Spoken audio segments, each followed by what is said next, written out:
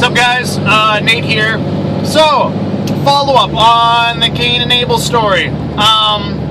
Favorite segment time. What the fuck did I just read? So, let's get right to it. Cain and Abel.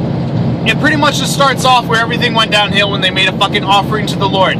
So, Cain obviously doesn't think to use an animal or, anything like that. So, probably Cain loved animals and cherished their life, so he probably didn't want to fucking kill an animal, so he figured, oh, I'll just use fruits and vegetables. God will like it. God made it.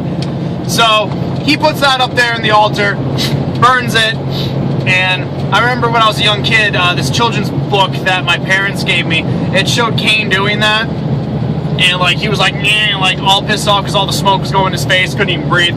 So then you have Abel, kills a calf or some animal like that. The animal's dead on the altar, lit on fire, and it shows Abel praising to God. Yeah, pretty fucking barbaric. Anyway, so the Lord looks at Abel with favor. He's just you used a living creature and shed its blood as a sacrifice to praise me, I'll honor you. And then looks at Cain and was like, you're a fucking idiot.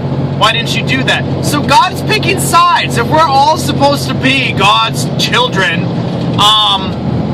why is God picking sides?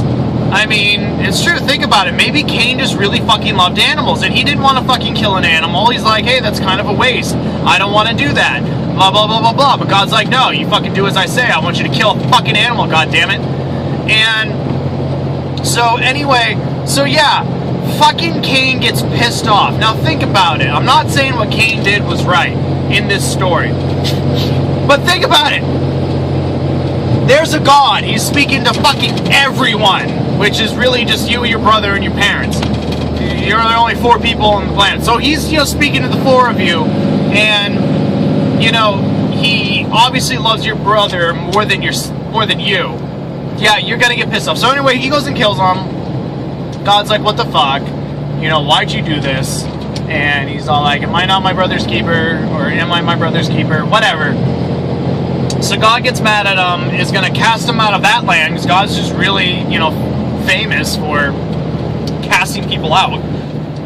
So, he says, if anyone tries to murder you, Cain, their death will be 7 times greater. Or 70 times 7, or whatever the fuck it is. Greater this and that, blah, blah, blah. Okay, well, first of all, let's just back up a minute. In the midst of all this happening, when Cain kills his brother, where the fuck is his parents? Where are Adam and Eve? What the fuck? Where are they? How come they didn't, beat the shit out of him? Son, what the fuck? No, they're nowhere to be found in the midst of this moment. So anyway, that's bullshit. They're shitty parents. So you have fucking Cain, and God's like, yeah, you're dumb, you're leaving. He marked them, on his forehead so people knows who he is. Which is ironic that God marked them so people would know who he is. How many other people were there? Because I'm pretty sure at the time there was only 4 fucking people. Adam, Eve, Cain, and Abel. And then he leaves with his wife to... I think I read that in the Bible. I'm pretty confident I did. It all kind of blurs together. But anyway, yeah, he sends him off with his wife to go start, a nation or some shit. A nation from what? And where did he get this fucking wife?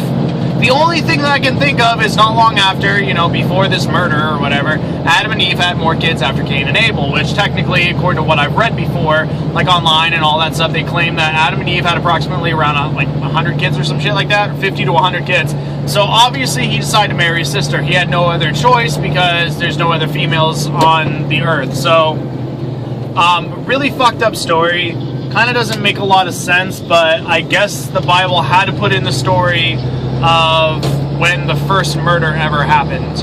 Which, how ironic that the Bible, of all stories, has successfully documented the first murder to ever happen. The fuck did I just read?